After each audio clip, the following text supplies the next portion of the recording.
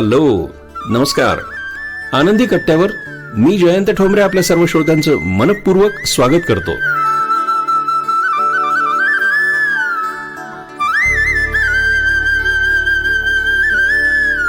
श्रोतो नमस्कार. वृक्षारोपण करा, पर्यावरण वाचवा असा जगभर नारा चालू असतो. लोक एखादं झाड लावतात आणि सोशल मीडियावर त्याचा डंका वाजवतात. पण आजच्या आनंदी कट्ट्यावर आपण पाहणार आहोत आपल्या मृत पतीची आठवण म्हणून तब्बल 75,000 झाडं लावणाऱ्या महिलेची अभिमानास्पद कहाणी.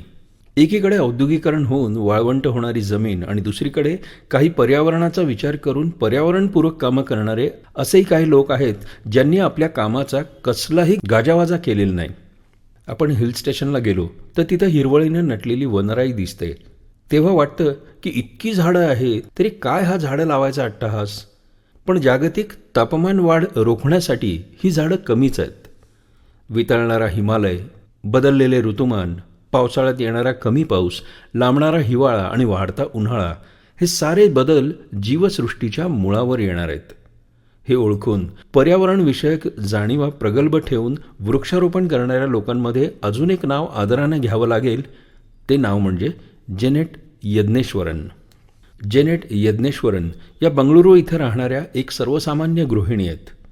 सप्टेंबर 2005 त्यांच्या पतीचं निधन झालं. आपल्या नवऱ्याच्या आठवणीसाठी काहीतरी ठोस, भरीव असं काहीतरी काम करण्याची त्यांची इच्छा होती. काय करावं हा विचार त्यांना स्वस्थ बसू देईना. त्याचवेळी बंगळुरू इथं बेसुमार वृक्षतोड केलेली होती. लोकांना त्यांना काहीतरी करायचं आहे हा विचार समजला. त्यांना कोणी सल्ला दिला की तुम्ही धरणं आंदोलन सुरू करा. पण त्यांना ते काही पटलं नाही. मग त्यांनी त्यांच्या पतीच्या नावानं एक चॅरिटेबल ट्रस्ट बनवला. त्यांनी ठरवलं की आसपासच्या परिसरामध्ये वृक्षारोपण करावं आणि 5 जून 2006 रोजी त्यांनी पहिलं झाड लावलं. ते झाड होतं करंज्याचं. 13 वर्षानंतर जेनेट 68 वर्षाच्या झाल्या आहेत आणि त्यांनी लावलेल्या करंज्याच्या झाडाला उत्तम बहार आला होता. ते पाहून जेनेट यांना अभिमान वाटला. त्यांनी बनवलेल्या ट्रस्टनं हे काम अतिशय सार्थ अभिमान वाटावा असंच ठरलं. आसपासच्या परिसरात या ट्रस्टच्या माध्यमातून जवळपास 75,000 झाडांची लागवड केली आहे. एजीपुरा या दक्षिण बंगळुरूमधील विभागात जिथं नागरी वस्ती आहे तिथं त्यांनी हे काम केलं आहे. अर्थातच संमिश्र प्रतिसाद असलेली प्रतिक्रिया लोकांनी दिली. काही जणांनी त्यांना सहभागी व्हायला तयारी दाखवली तर काही लोकांचा प्रतिसाद हा नकारात्मक भूमिका सांगणारा होता. पण त्यानं जेनेट खचल्या नाहीत की काम सोडायचा विचारही त्यांनी केला नाही. आपल्या आसपास असणाऱ्या परिक्षेत्रात त्यांनी झाडं लावायला सुरुवात केली. काही लोक उत्स्फूर्तपणे सहभागी झाले. स्वयंस्फूर्तीने स्वयंसेवक बनवून या अभियानात सामील झाले. जेनेट यज्ञेश्वरन स्वतः लँडस्केप डिझायनर असल्याचा त्यांना फायदा झाला की त्यांना त्यासाठी विशेष परिश्रम घ्यावे लागले नाहीत. आपल्या ज्ञानाचा उत्तम वापर करत त्यांनी वृक्षारोपण केलं. सन 2006 पासून ते आजपर्यंत बंगळुरूमधून लावलेली झाडं पार राज्याच्या सीमा ओलांडून पलीकडे तामिळनाडूमध्ये सुद्धा पोहोचली आहेत. यापैकी काही भाग जे अतिशय प्रतिष्ठेचे मानले जातात ते म्हणजे Krishnarajapura, Pai layout, Begur electronic city, Tataguni, Talaghattapura, Cambridge layout, Koramangala, Jakkur cross आणि इतरही बरेच भाग. तोमकूर आणि चिक्कबल्लापूर या भागात 5,000 झाडांची लागवड त्यांनी आत्ता केली आहे. जेनेट सांगतात, कुठूनही आम्हाला विनंती करणारं कोणी आलं तर आम्ही तिथे जाऊन वृक्षारोपण करतो. सध्या कुर्ग इथे 1,000 आणि तामिळनाडूमध्ये तंजावर जिल्ह्यामध्ये 1,000 नारळाच्या झाडाच्या लागवडीचा संकल्प आमच्या ट्रस्टने केला आहे. तंजावरच्या त्रिभुज प्रदेशातील भागात तिथंही झाडं लावली गेली आहेत. जे शेतकरी चक्रीवादळाचा तडाखा बसून अपादग्रस्त होते त्यांना हा लाभ व्हावा म्हणून ट्रस्ट प्रयत्नशील होते. लोकसहभागातून जनजागृती व्हावी यासाठी 100 गरीब शेतकऱ्यांना निवडून प्रत्येकी 10 नारळाच्या झाडांच्या लागवडीचा निर्णय घेण्यात आला. लोकसहभागासोबतच काही कॉर्पोरेट कंपन्यासुद्धा जेनेट यांच्या या कार्यात सहभागी व्हायला तयार झाल्या आहेत.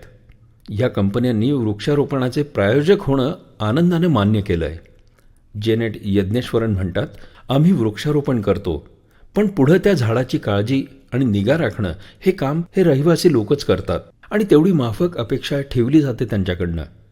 या कार्याचा मुख्य उद्देश आहे की लोकांनी झाडाची मालकी समजून काळजी घ्यावी, ती जतन करावी. यासाठी लोकसहभाग अतिशय महत्त्वाचा घटक आहे. जेनेट यज्ञेश्वरन यांच्या या पर्यावरणपूरक कार्याची दखल बंगळुरूमधील मुख्य वर्तमानपत्रांनी सुद्धा घेतली आहे.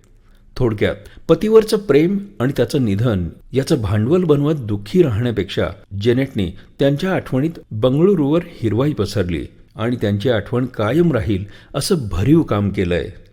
मंगेश पाडगावकर म्हणतात, सांगा कसं जगायचं, कणत कणत की गाणं म्हणत. जेनेटने दुसरा पर्याय निवडलाय आणि केवळ आपलंच नव्हे तर सकलांचं जीवन हिरवगार केलंय. श्रोत्यो, रेडिओ जयंत या यूट्यूब चॅनल आणि फेसबुक पेजवर येणाऱ्या प्रत्येक कार्यक्रमाला आपण भरभरून प्रतिसाद देतात. आपले लाईक्स, आपले कॉमेंट्स आम्हाला प्रेरणा आणि प्रोत्साहन देत आहेत. आता एक छोटीशी विनंती, आपल्याला जसा हा आनंद या कार्यक्रमातून मिळाला, मग ते अभिवाचन असो, आनंदी कट्ट्यासारखा कार्यक्रम असो किंवा व्यक्त अव्यक्त, आपल्याला आवडलेला प्रत्येक कार्यक्रम तुम्ही नक्की शेअर करा आणि आपल्याला जो आनंद झालाय तो आपल्या मित्रांना, नातेवाईकांना आणि आप्तेष्टांना सुद्धा मिळू द्या. आवडलेला प्रत्येक कार्यक्रम जरूर शेअर करा आणि आपल्या आनंदात, आपल्या सुखात, आपल्या समाधानात आपले मित्र, नातेवाईक, आप्तेष्टांना सुद्धा सामील करून घ्या.